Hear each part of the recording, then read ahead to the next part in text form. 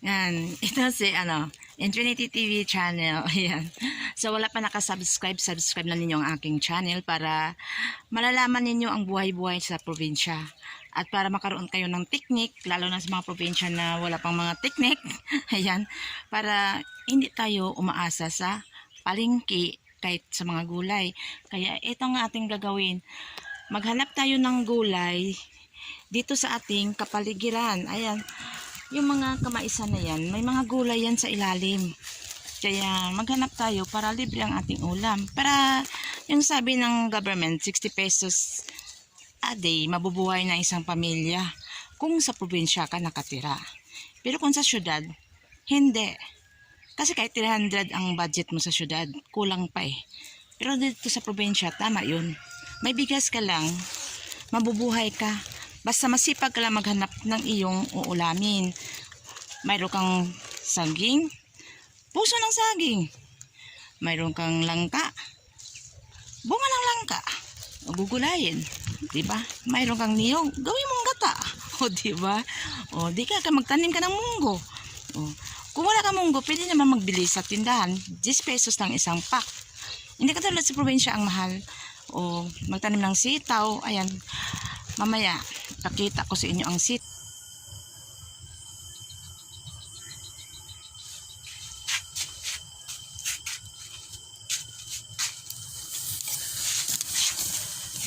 Buhay pa, kinuunang ko. Kaduoy. Subas siya lang. Kaduoy man.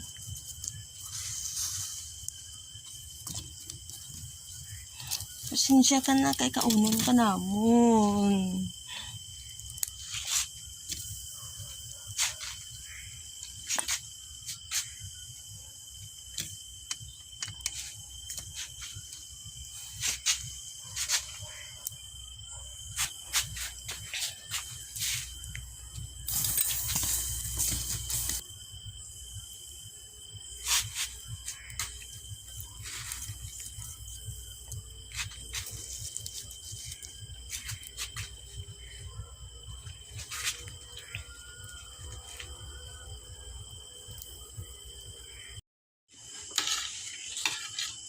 Kain na kami.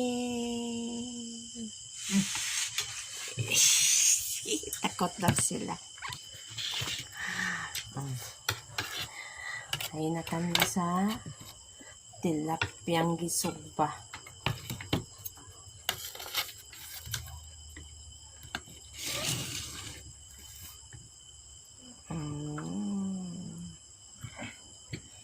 Pagbit, paglabagin na eh. Pagbit man eh, hindi pwede, pagbit man eh. Pwede ah. Kaya gulay lang na. Mga kumulan na pwede kaunon. Bako ba? Pakbit ito na walang subak. Bagoong lang ginamos sa Ilonggo. Ayan. Kain na.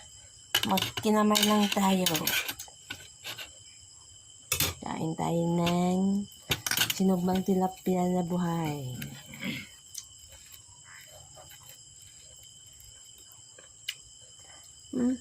Dapat may tuyo tayo eh. Ay, pwede ko Lang. na ito. Kuha tayo ng tuyo. Itong aming limon, galing ito sa aming farm. Ayan.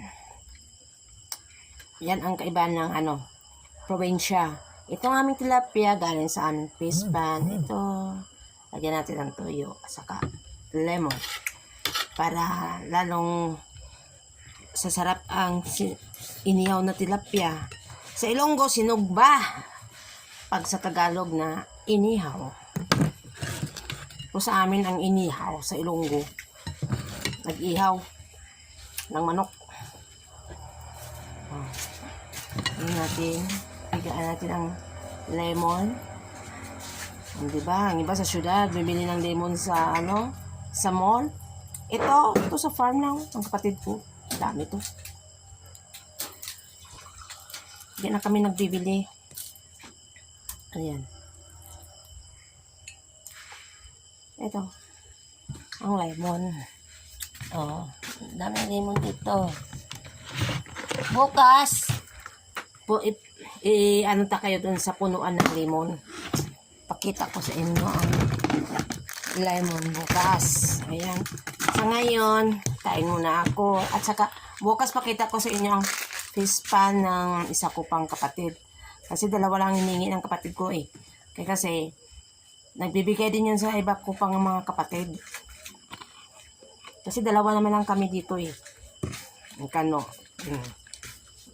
Ayan. Tapos, sarap na ito isaw-saw sa inihaw na tilapia.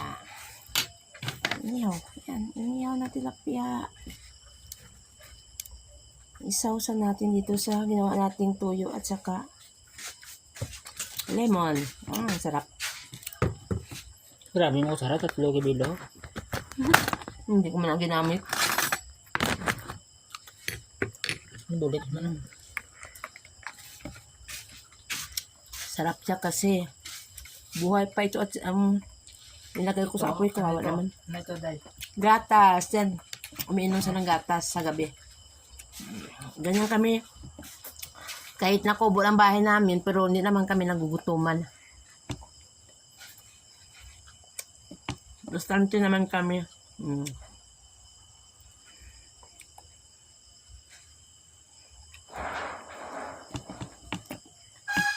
Paglindol nga, gabi ang grabe ang swing ng bahay namin. Kasi simple kubo. Diba? Nagsasakay ako doon sa duyan. Dito sa loob.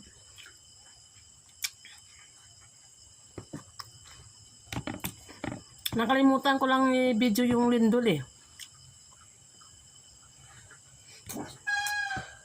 Naalala ko. Ano ba, Day? Aga pa? Mag-video ka ng gatas. Gatas hindi, video nila. Videohan ko na. Pakita ko pala sa inyo ang yung saan kami kumukuha ng gatas. Sa Carabao. Ayan, pakikita ko pala sa inyo. Nakuhaan ko yun ng video yung pagkuha ng pamangkin ko ng gatas ng Carabao. Saka yung paglaga lang yun ng gatas na inumin namin. Parang hindi ko yun na video. I-check ko lang sa aking gallery kung na video ko wala. Steam yun siya. Pero pag weekdays na-deliver niya sa sa Department of Agriculture.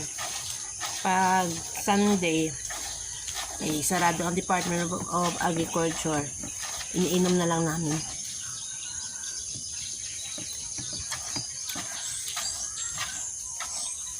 Ganyan kasimple ang buhay namin dito sa sa bukid or farm or sa Ilonggo Uma.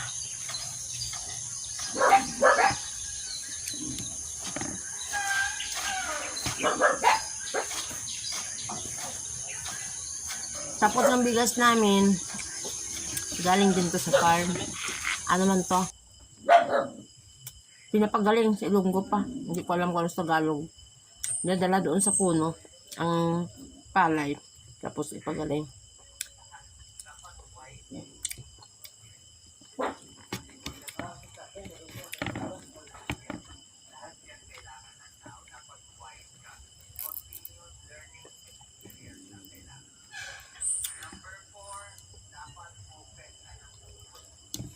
Sarap.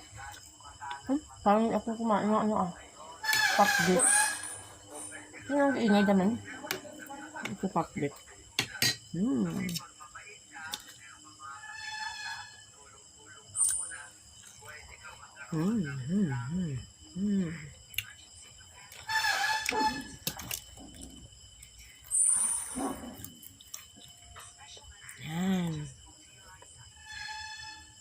Sino nag-ingay man?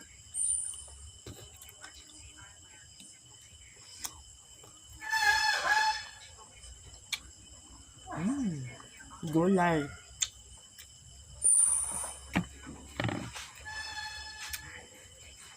Dagdag kanin. Ang gusto ko sa kanin yung tutong. Kumakain ng tutong.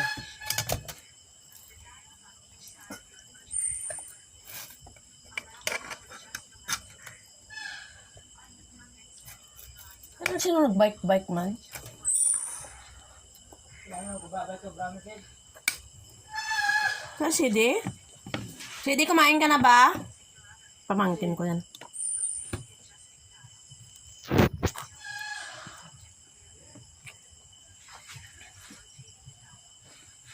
Sino yung si Di o si G?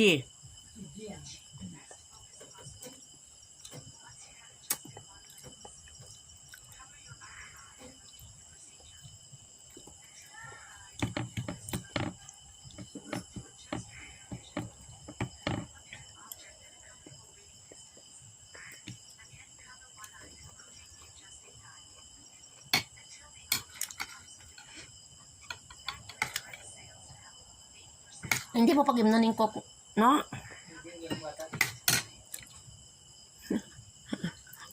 Sa sanggatas. Ako inom eh.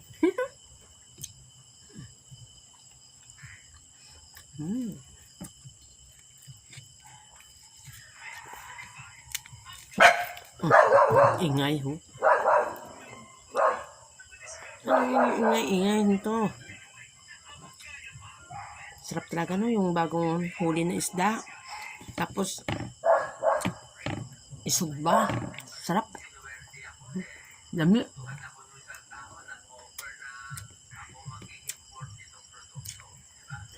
Sa among tulonggo, namit. Sa Bisaya, lami. Kasi dito sa Mindanao, saksak sinagol eh. Ang Bisaya at mga Ilonggo, nakaintindihan.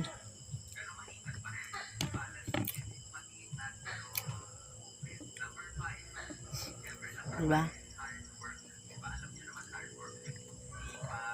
Ayan.